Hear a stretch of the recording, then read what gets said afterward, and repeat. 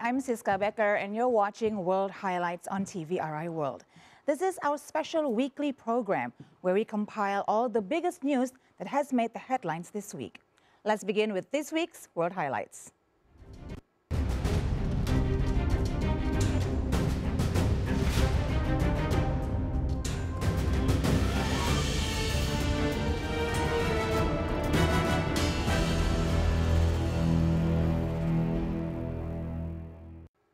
Let's begin with the first segment, and for that, we'll go to Gaza. Currently, Gaza is suffering man-made mass starvation caused by a blockade on aid into the Palestinian enclave, World Health Organization Chief Tedros Adhanom Ghebreyesus said. Meanwhile, China's permanent representative to the United Nations, Fu Chong, reaffirmed that implementing the two-state solution is the only viable path to resolving the Israeli-Palestinian conflict. Tedros spoke following an appeal by more than 108 agencies warning of hunger in Gaza, while tons of food, clean water, and medical supplies sit untouched just outside the territory. 10 more Palestinians died overnight from starvation, the Gaza Health Ministry said, bringing the total number of people who have starved to death to 111, most of them in recent weeks as a wave of hunger crashes on the Palestinian enclave.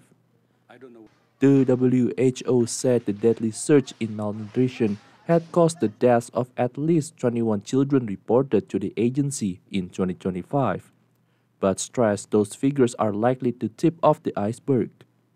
Tedros also said the UN and its humanitarian partners were unable to deliver any food for nearly 80 days between March and May, and the resumption of deliveries was still inefficient. The situation is dire, he and other WHO officials said, with around 10% of people screened experiencing either severe or moderate malnutrition and up to 20% of pregnant women.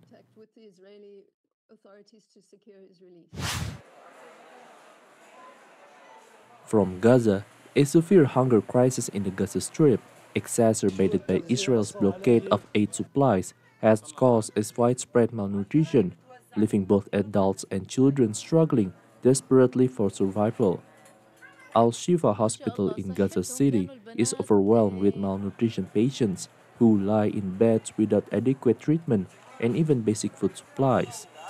Many child patients were suffering inefficient medicines and food shortage, and when they cry from hunger, their parents could only feed them with water.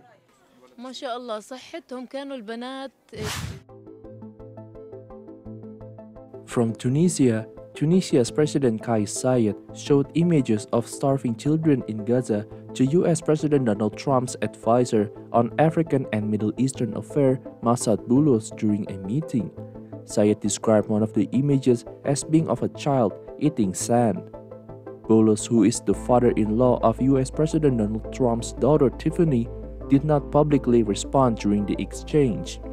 More than 100 largely aid and rights groups on Wednesday called for governments to take action as hunger spreads in Gaza, including by demanding an immediate and permanent ceasefire and the lifting of all restriction of the flow of humanitarian aid.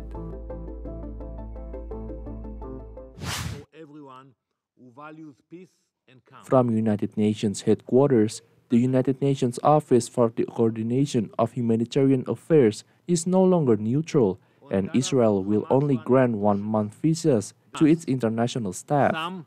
Israel's UN Ambassador Danny Danon told the Security Council.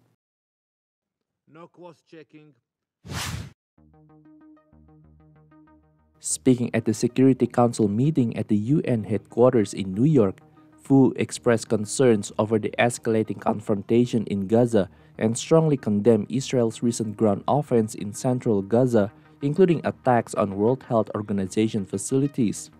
China urges Israel to immediately cease all military operation in Gaza, uphold its obligation under international humanitarian law, fully restore access to humanitarian supplies, and support aid efforts by UN and other humanitarian agencies, Fu said. The ambassador also expressed concerns over the rising tensions in the West Bank, reiterating the international community's position that Jewish settlement activities violate international law and Security Council resolutions and must be stopped immediately. He called on Israel to halt attacks on the West Bank, effectively curb settler violence, conduct impartial investigation into all attacks, and hold those responsible accountable. China welcomes the upcoming high-level meeting on the implementation of the two-state solution, hoping it will inject strong momentum into the peace process, Fu concluded. Unfortunately, Gaza is not the only region in the world that is experiencing ongoing conflict. We'll tell you more right after this break. We'll be right back.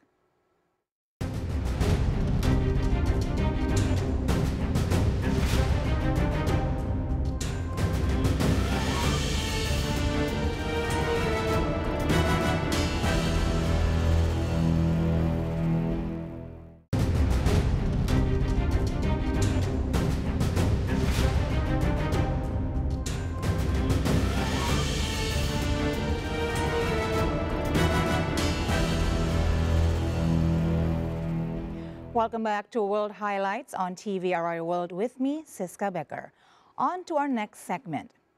Convoys of vehicles carrying aid make their way to Sweda at Bosra al-Sham town near Deira amid intensified violence in Sweda province that has killed hundreds and posed a significant challenge for interim President Ahmed al-Shara. Meanwhile, Thailand said an attack was carried out on a Thai military base and civilian areas by Cambodia, as weeks of tension over a border dispute escalated into clashes between the neighboring countries. Let's learn more. The U.S. State Department confirmed the death of a U.S. citizen last week in the predominantly Druze region of Sweden, where hundreds of people have been reported killed in clashes. State Department spokesperson Tammy Bruce said Hossam Saraya, adding that the U.S. was providing consular assistance to the family. She declined to provide further details. ABC News earlier reported that the friends and family of Saraya, a U.S. Syrian citizen, confirmed that he and other relatives were among those seen in the video being gunned down. I don't know if it's a beautiful day outside, but it's a beautiful day in here. Meanwhile, a ceasefire took hold on Sunday as Interior Ministry security forces deployed on Sweda's outskirts. Interior Minister Anas Khattab said on Sunday the truce would allow to the release of the hostages and detainees held by the sides. A Syrian government fact-finding committee said on Tuesday that 1,426 people had died in March in attacks on security forces and subsequent mass killings on Alawites, but concluded that Al-Mander had not given orders to the revenge attack. The violence, some of the worst to hit Syria since the downfall of President Bashar al-Assad last year, has posed a major task for interim President Ahmed al-Shara, deepening fault lines in the country fractured by 14 years of war. Shara blamed the violence on outlaw groups and promised to protect the right of Druze, whose faith is deemed heretical by some hardline Muslims. Israel said its goal was to protect the Druze and keep southern Syria demilitarized.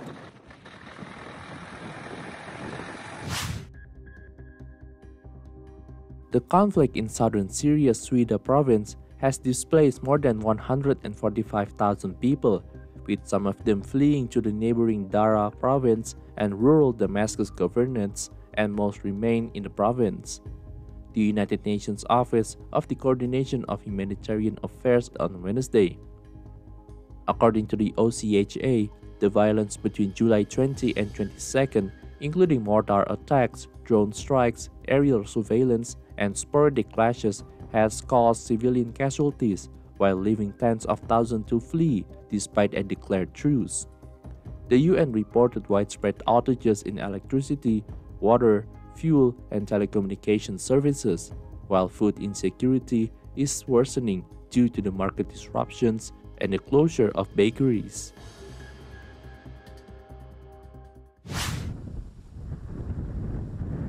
And buses crossed to a checkpoint near Sweden, southern Syria on Thursday, heading to the city to evacuate civilians. Sectarian clashes have escalated in Sweden this month between the Druze, a religious minority native to the area, and Syrian Bedouin tribes. Ferocious fighting then broke out between the Druze militia and the government forces sent to the city to quell the unrest. The fighting left over 300 people dead and drew in neighboring Israel, which carried out airstrikes in southern Syria and on the defense ministry in Damascus last week. Israel said it was protecting the Druze, who form a significant minority in Israel.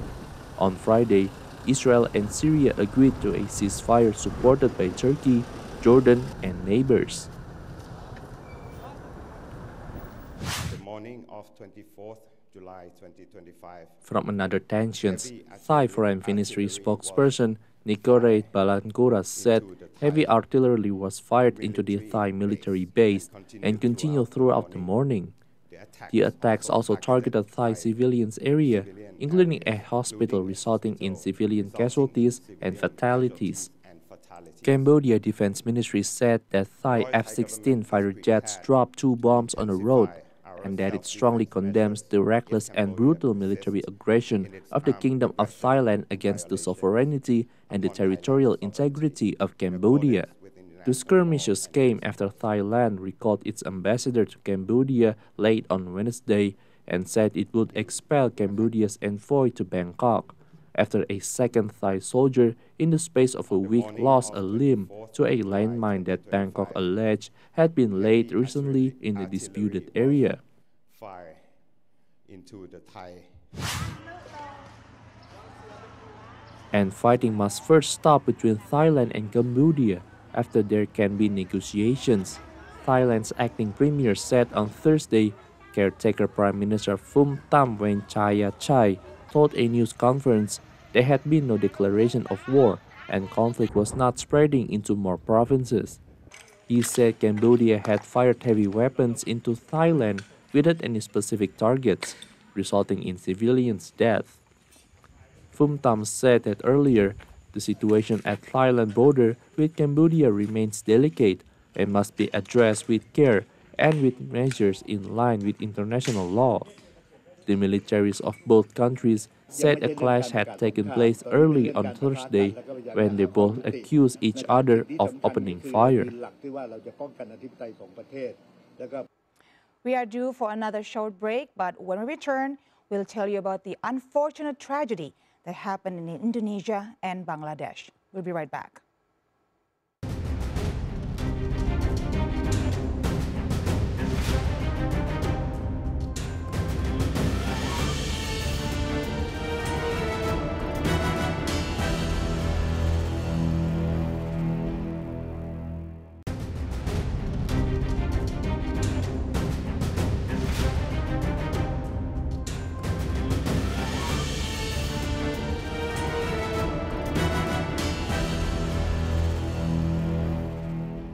You're still watching World Highlights on TVRI World with me, Siska Becker, and we are on our third segment.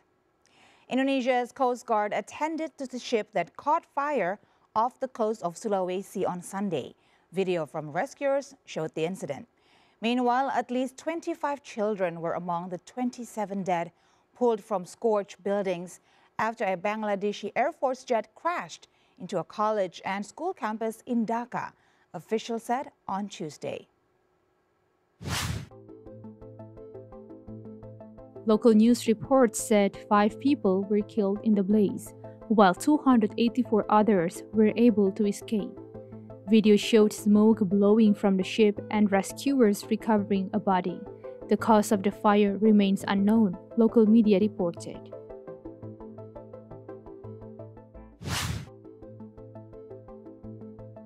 Transportation Minister Dudi Purwagandhi instructed the National Transportation Safety Committee to investigate the cause of the fire that engulfed in the Barcelona 5-passenger ferry in the waters off Talise Island, North Minahasa on Sunday.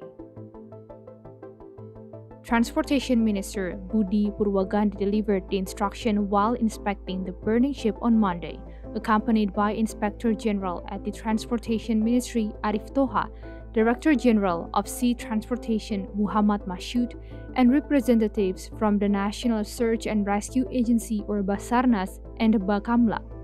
According to Budi, maritime safety is the top priority of the Ministry of Transportation. He emphasized that investigation process is crucial to unveil the cause of the fire incident. As of Monday afternoon, the Barcelona 5 ship was still emitting smoke. The extinguish process is continuing, carried out by a joint team consisting of the Navy, the Water and Air Police, Basarnas, Bakamla, and Pelindo. Budi hoped that the extinguish and cooling down process can be completed immediately so that team can soon begin investigation. He also emphasized that if negligence or legal violations are found, the legal process will be handed over to the relevant authorities.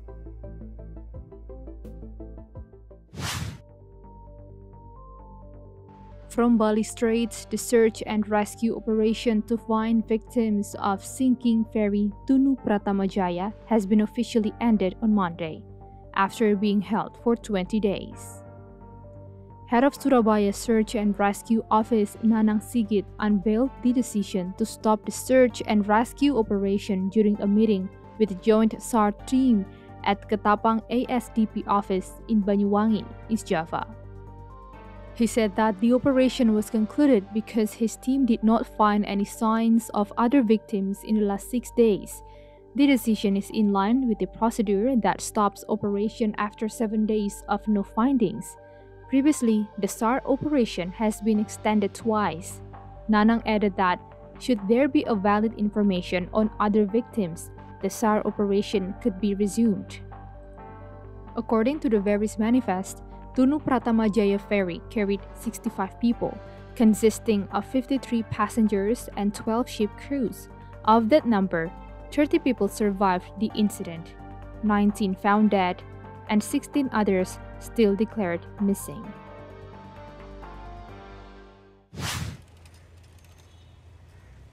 From Dhaka, at least 25 children were among the 27 dead pulled from scorched buildings after a Bangladesh Air Force jet crashed into a college and school campus in Dhaka. The Special Assistant to the Chief Advisor on Health in Bangladesh, Sayedur Rahman, confirmed that the death included 25 children, a teacher, and the pilot, while 78 people were hospitalized. The F-7BGI aircraft crashed soon after it took off at 1:06 p.m. on Monday from the airbase in Kurmitola in the capital on a routine training mission. The military said the plane experienced a mechanical failure. The government announced a day of mourning, with flags at half-mast and special prayers at all places of worship. We have another big international headline coming up on the last segment of World Highlights right after the short messages. Stay tuned to World Highlights.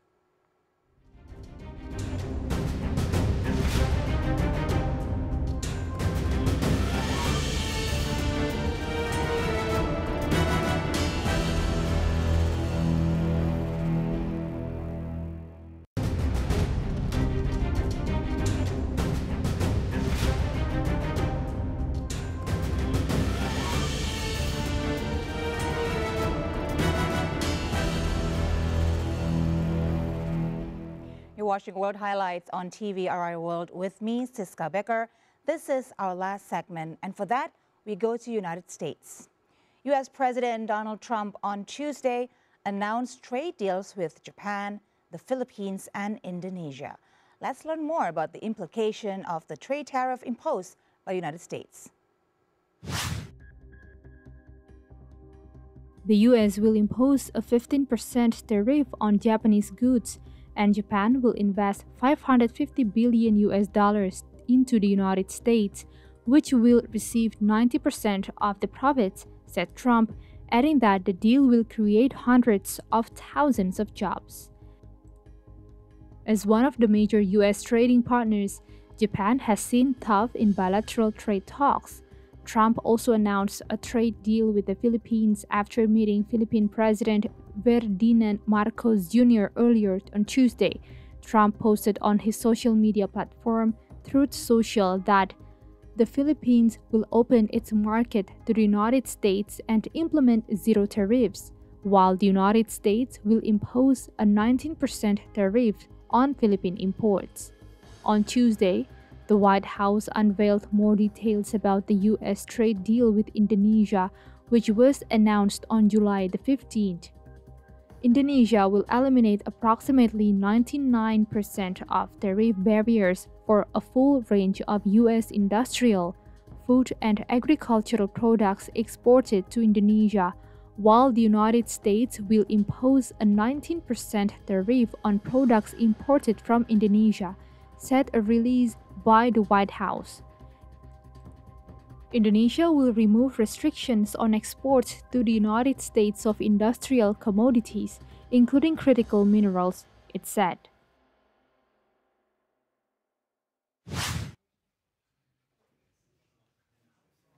From Berlin, German Chancellor Friedrich Merz said on Wednesday he had just heard that there may be decisions being made on trade policy with the United States. According to two EU diplomats, the European Union is heading towards a trade deal with Washington that would result in a broad 15% tariff on EU goods imported into the US, avoiding a harsher 30% levy slated to be implemented from August 1st.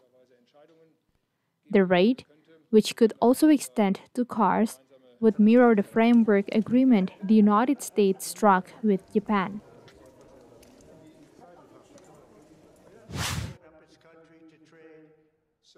Meanwhile, President Donald Trump said the United States was in the process of completing a trade deal with China and would be setting straight tariffs for most of the rest of the world.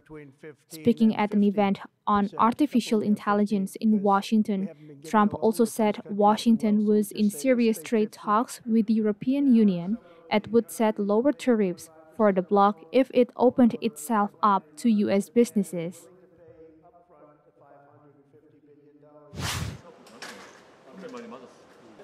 Meanwhile, talks between top South Korean and U.S. officials to negotiate over U.S. President Donald Trump's tariffs have been postponed due to a scheduling conflict for U.S. Treasury Secretary Scott Bessent, South Korea's finance ministry said. Koo was set to board a flight for Washington on Thursday to attend the meeting with Bessent in the hope of hammering out a deal that would spare Asia's fourth-largest economy from Trump's punishing 25% tariff set to take effect on August 1st.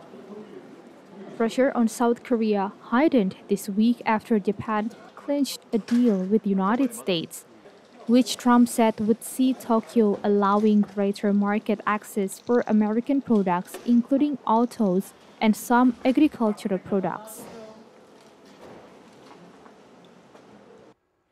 And this developing story of the implication of the U.S. trade tariff concludes our episode for this week. I'm Siska Becker. Thank you all for watching. Until next week, goodbye.